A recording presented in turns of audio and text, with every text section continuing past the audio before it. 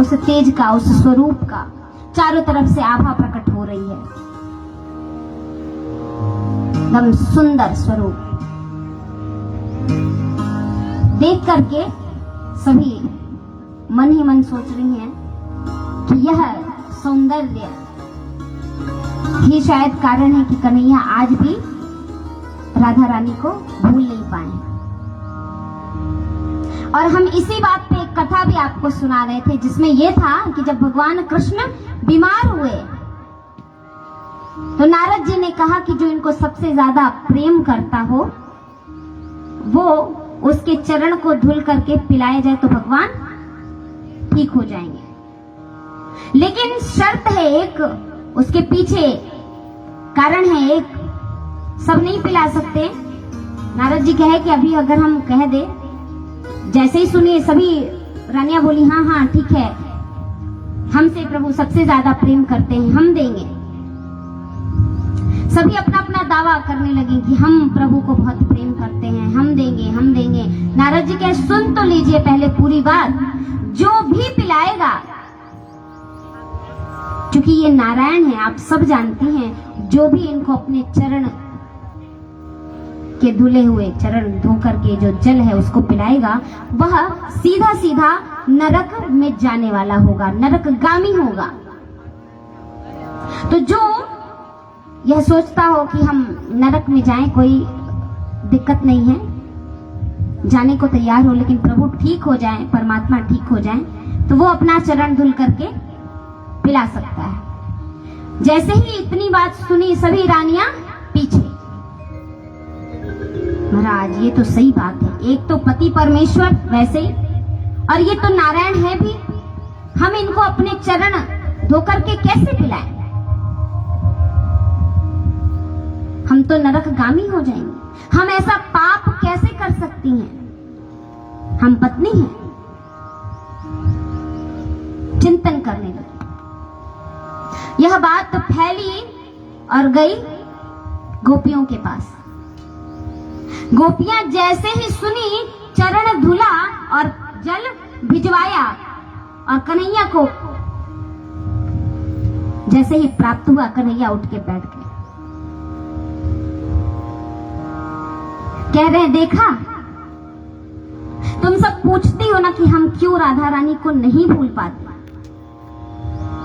क्यों हम गोपियों के प्रेम को भूल नहीं पाते, क्यों उद्धव जी को संदेश लेकर जाना पड़ा। और उद्धव जी भी जब गए तो आए तो उन्होंने यही कहा कि महाराज इस व्रज में हमें किसी भी प्रकार से आप रहने का एक अवसर दे दीजिए, यहाँ का कोई वृक्ष बना दीजिए, कोई लता बना दीजिए, कोई पशु पक्षी कुछ भी बना दीजिए, लेकिन व्रज में रहने का सुअवसर प्राप्त करा दीजिए। ऐसी है व्रज भूमि, पवित्र प्रेम की भूमि है व्रज। वहां की गोपिकाएं इतना प्रेम करती हैं कि ये नहीं सोचा कि हमारे प्रभु को हम जो जल दे रहे हैं उसके कारण हमें नरक में जाना पड़ेगा। नरक का विचार नहीं करती हैं और जल दे देती हैं। यही अंतर है रानियों में और प्रभु को प्रेम करने वाली गोपियों में। नारद जी एक बार उनके मन में विचार है कि प्रभु की 16,108 रानियां कैसे रहते हैं, किसी की 2 भी हो जाए तो घर में रहना मुश्किल, रहते कैसे हैं?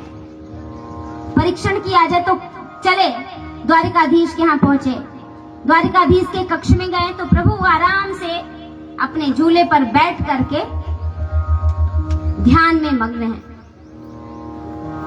नारायण ने देखा नारद जी हैं, अरे नारद जी ऋषिवर प्रणाम, आप कैसे आए? कहे ऐसे ही आपको देखने की इच्छा हुई, आपके दर्शन की इच्छा हुई, चले आए। तो प्रभु आइए बैठिए। नहीं नहीं, हम बैठ कहाँ सकते, हमारा काम तो क्या है? नारायण नारायण श्रीमन नारायण नारायण नारायण नारायण श्रीमन नारायण नारायण नारायण नारायण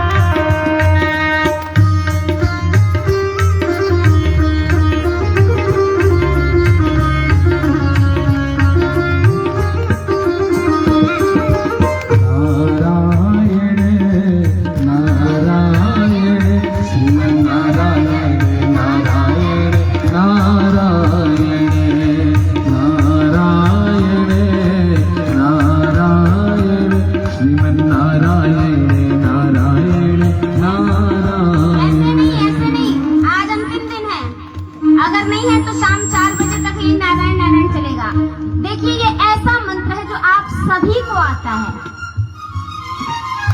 इसलिए आप बोलना शुरू करिए।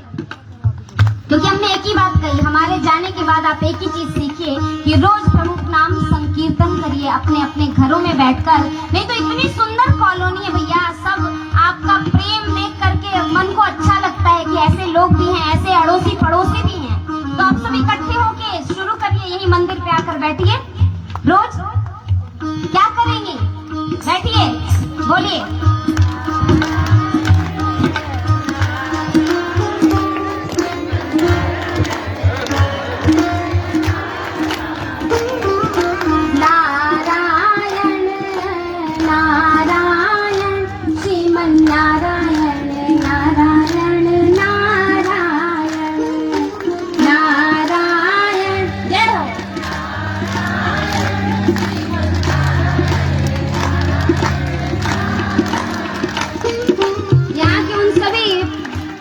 जी लोग, दादाजी लोग, पुरुषों जो भी, उनसे भी यही है। आपकी उपस्थिति हालांकि रोज कम रही माताओं से, लेकिन फिर भी माताएं जब ये काम करें तो आप भी सहयोग करिएगा इस तरह से।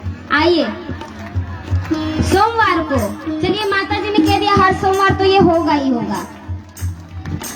नारायण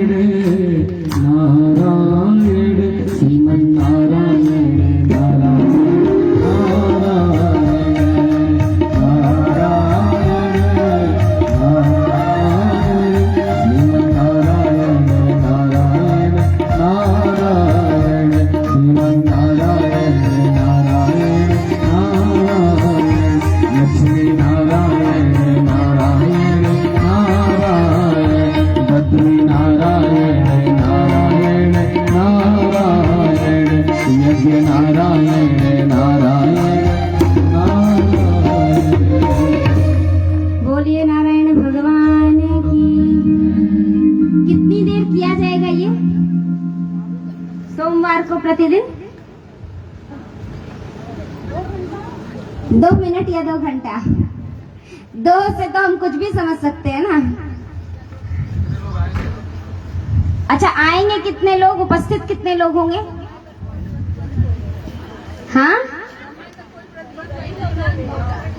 क्या बात है, मतलब अनगिनत भी हो सकता है, इसका तात्पर्य यही है सभी लोग आएंगे।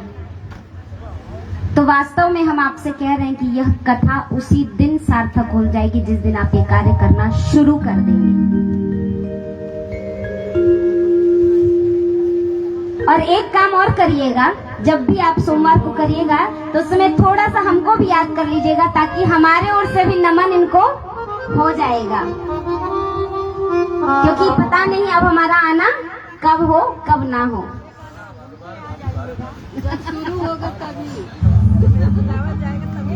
चलिए, ये आपका स्नेह, आपका प्रेम। देखिए, हम प्रथम दिन से ही कह रहे हैं कि हमारे अंदर ये सामर्थ्य नहीं है कि हम कुछ कहें, कुछ बोलें। जो प्रभु कृपा से, गुरु कृपा से, माता पिता के आशीर्वाद से हमें प्राप्त है, जो हमारा अध्ययन है, हम वह आपके समक्ष कहते हैं। और इसमें अगर आपको लगता हो कि हमसे कोई भी त्रुटि हो रही है, कोई भी गलती हो रही है, तो कृपया हमें अपनी बेटी मान करके, अपनी बहन मान करके क्षमा करिएगा और याद करते रहिएगा। हमारी ओर से भी प्रभु के चरणों में मेरा भी नमन वंदन चढ़ाते रहिएगा। बस इतना ही आपसे निवेदन है, इतनी ही आपसे उम्मीद कर रहे हैं कि आप यह अवश्य करेंगे। आपको पता है नारद जी पहुंचे तो क्या हुआ? जब नारद जी पहुंचे तो वो पहुंचे तो थे परीक्षण लेने कि भगवान अपनी इतनी पत्नियों के साथ रहते कैसे हैं। तो प्रभु ने कहा आइए बैठिए। उन्होंने कहा नहीं नहीं नहीं, हमारा काम तो हमारा जब तो निरंतर चलता रहता है, हम रुक नहीं सकते, हमें जाना है। और निकल करके रुक्मिणी जी के कक्ष में गए। रुक्मिणी जी के कक्ष में पहुंचे तो देखे कि नारायण वहां माता के साथ बैठ करके सुबह सुबह वार्ता कर रहे हैं। कह रहे अरे वाह, प्रभु तो वहां अपने कमरे में अभी ध्यान कर रहे थे, यहाँ माता के साथ बात कर रहे हैं।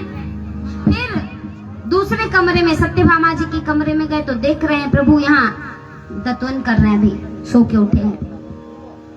आगे पहुंचे तो प्रभु स्नान ध्यान कर चुके हैं। इस प्रकार सभी कक्षों में गए तो प्रभु विराजमान होकर के अपने अपने कोई न कोई दैनिक कार्यों में व्यस्त हैं, देख रहे हैं।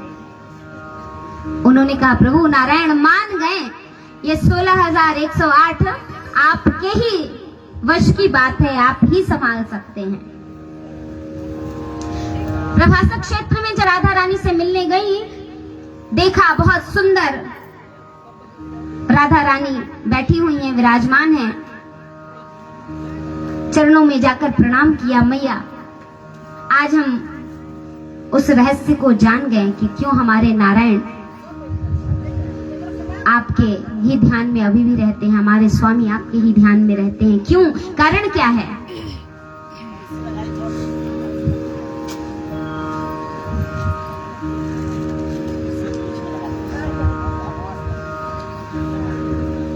तो देखिए कहाँ थे हम, आप सभी का ध्यान थोड़ा थोड़ा इधर उधर हुआ। कोई बताए हम कहाँ थे, कहाँ पहुंचे? कहा भाई जिसको आना है वो आएगा, जिसको जाना है वो जाएगा, लेकिन आपका ध्यान ना जाए, बस यही रहना चाहिए। और आज के बाद तो कोई कहेगा भी नहीं, आप कुछ भी करें, आपका ध्यान कहीं भी रहे। आज भर हम यहाँ उपस्थित हैं तो आज भर हम कह रहे हैं। हम कहाँ थे? सत्यभामा। राधा रानी के पास सभी पत्नियां पहुंची हैं, चरणों में प्रणाम किया है।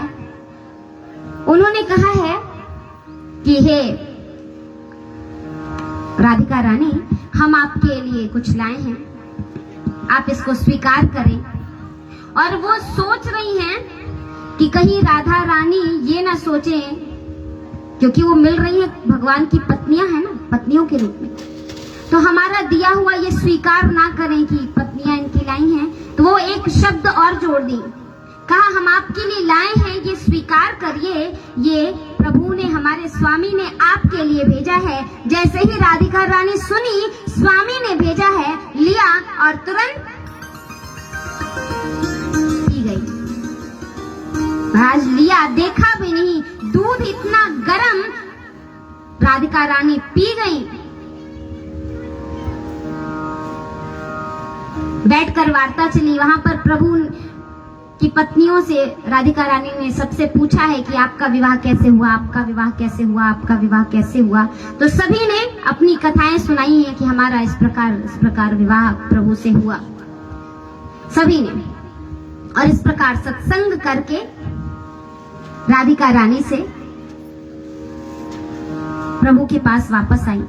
प्रभु अपने आसन पर बैठे थे, माताएं आई, अपनी प्रसन्नता व्यक्त करने के लिए प्रभु के पास गई, चरणों में प्रणाम किया। तो देख रही हैं कि भगवान के पूरे नीचे पैर के तलवे में पूरा छाला पड़ा हुआ है, लाल हो गया है, जैसे मानो जल गया है। प्रभु ये क्या हुआ, हम तो यहाँ नहीं थे, आपने क्या ऐसा किया, ये कैसे हो गया? कह रहे हैं प्रभु तुम सब दूध ले गई थी राधा रानी की, और तुमने उनको दिया, ये नहीं बताया कि ये गर्म है। उन्होंने मेरा प्रसाद समझकर तुरंत पी लिया, और उनके हृदय स्थल में तो मेरे चरणारविंद उपस्थित हैं। उन्होंने जब गर्म पिया तो वो सारा जो गर्म था वह मेरे चरणों को जलाकर इस प्रकार इस अवस्था में ला दिया। सारी पत्नियां रुदन करने लगती हैं कि राधा रानी, हम जो उनके सौंदर्य को देखकर सोच रहे थे कि इसलिए हमारे कन्हैया नहीं भूल पाए हैं, वास्तव में ये नहीं है, उनके हृदय स्थल में हमारे नारायण, हमारे स्वामी विराजमान हैं, इसलिए आज भी कन्हैया हमारी राधिका रानी को भूल नहीं पाए हैं। आइए राधिका रानी के विषय में जो सोच रही थी गोपियां, उनके स्वरूप का ध्यान कर रही थी और अंत में क्या विचार कर रही हैं, इनको हम भजन के माध्यम से देखते हैं। मीठे रस से भरोरी राधा रानी लागे। राधा रानी कैसी है, कितनी सुंदर है, कितनी मधुर वाणी बोलती है, कितनी मनमोहक है, कुछ कह ही नहीं सकते, तो कह दिया मीठे रस से भरोरी राधा रानी लागे, महारानी लागे। करो करो यमुना जी को पानी लागे, मीठे रस से भरोरी राधा रानी लागे, महारानी लागे। मन करो करो यमुना जी को पानी लागे, मीठे रस से भरोरी राधा रानी लागे, महारानी लागे। मन करो करो यमुना जी को पानी लागे।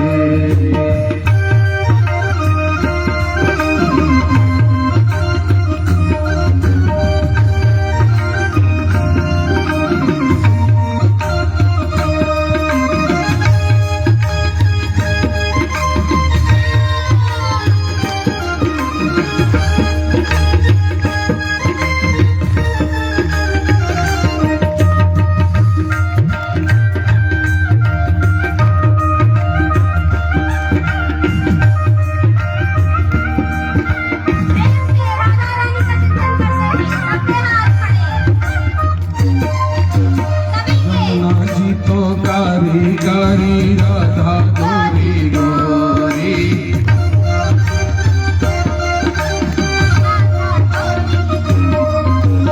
यमुना जी तो कारी कारी राधा गोरी गोरी। वृंदावन में धूम मचावे बरसाने की छोरी, वृंदावन में धूम मचावे बरसाने की छोरी।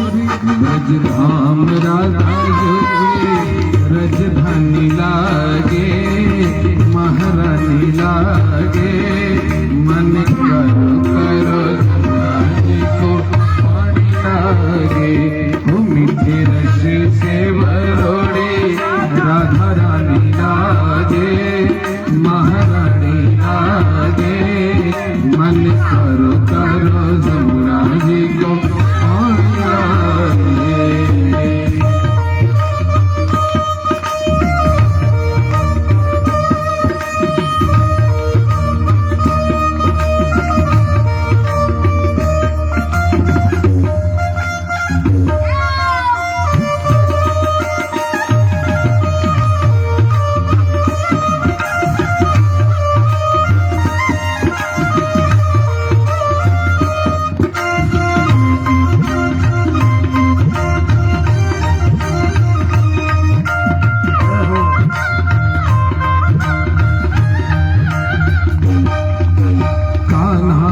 मुरली में तेरे सुमिरे बारंबार,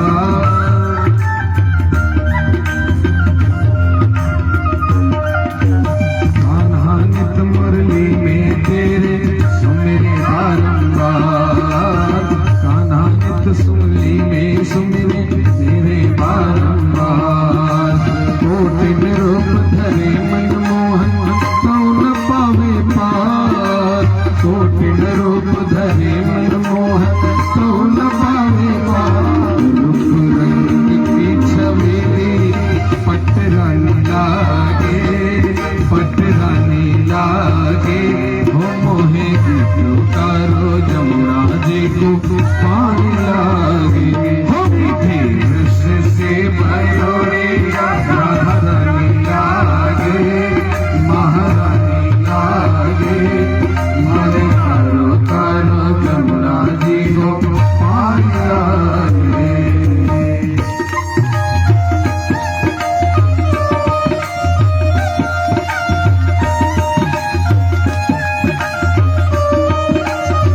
हरि बोल।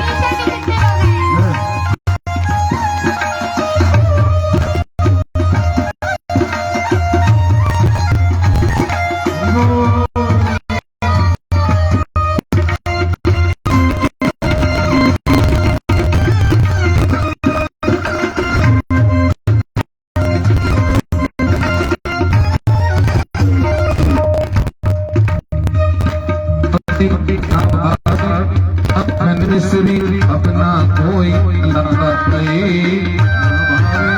माखन मिश्री अपना कोई मलाई।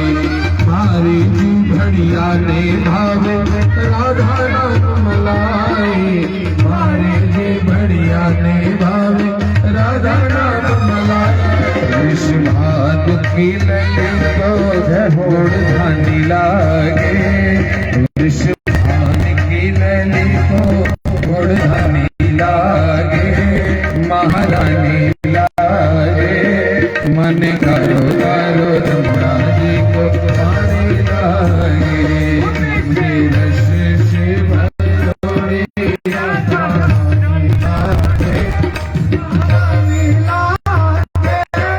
मन करो जमुना जी को पानी लागे।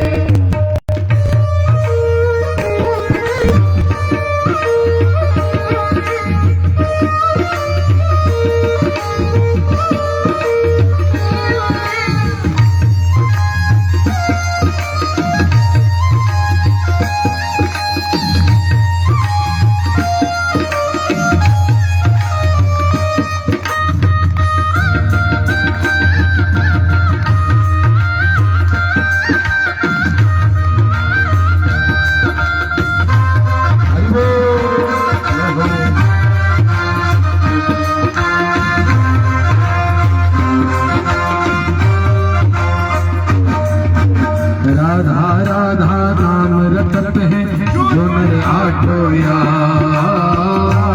राधा नाम रटत है जो नर आठो यार, राधा राधा नाम रटत है जो नर आठो यार, राधा राधा नाम रटत है जो नर आठो यार। हर दिन की बाधा दूर करत है राधा राधा नाम,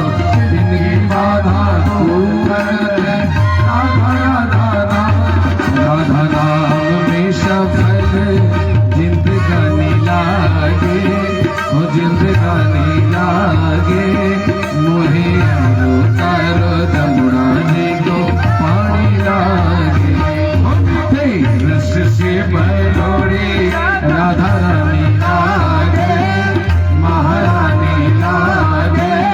मन करो करो जमुना जी को पानी लागे, मन करो करो जमुना जी को पानी लागे, करो जमुना जी को पानी लागे, मन करो करो जमुना जी को पानी लागे। बोलिए राधा रानी सरकार की जय, वृंदावन बिहारी लाल की जय, श्रीमद् भागवत महापुराण की जय।